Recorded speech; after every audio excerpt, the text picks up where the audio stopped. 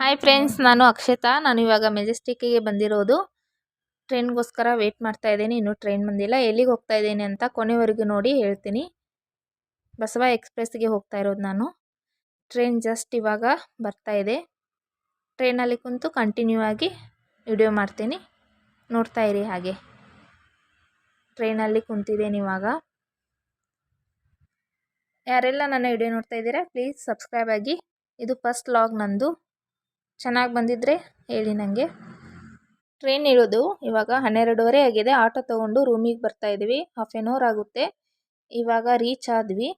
Already room book ಮಾಡಿದ್ದೆ. ಇವಾಗ ರೂಮಿಗೆ ಹೋಗ್ತಾ ಇದ್ದೀನಿ. ನಿಮಗೆ ಮಾರ್ನಿಂಗ್ ಸಿಗ್ತೀನಿ. Good night. Good morning friends. 5:30ಗೆ ಎದ್ದು ಫ್ರೆಶ್ ಆಗಿ ರೆಡಿ ಆಗಿದ್ದೀನಿ. ರೂಮು ಈ ಥರ ಇದೆ ನೋಡಿ. ಯಾರೆಲ್ಲ ಸಬ್ಸ್ಕ್ರೈಬ್ ಆಗಿದ್ದೀರಾ, ಥ್ಯಾಂಕ್ ಯು.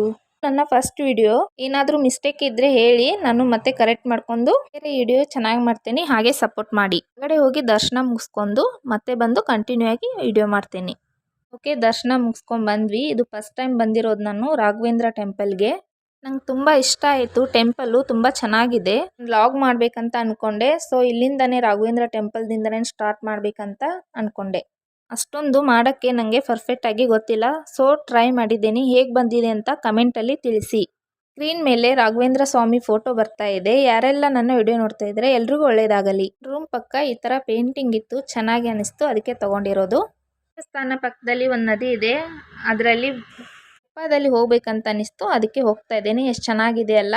ತುಂಬ ಹೆದರಿಕೆ ಆಗ್ತಾ ಇದೆ. ಫಸ್ಟ್ ಟೈಮ್ ಹೋಗ್ತಾ ಇರೋದು. ಯಾರೆಲ್ಲ ನನ್ನ ವಿಡಿಯೋ ನೋಡಿದ್ದೀರಾ, ಥ್ಯಾಂಕ್ ಯು.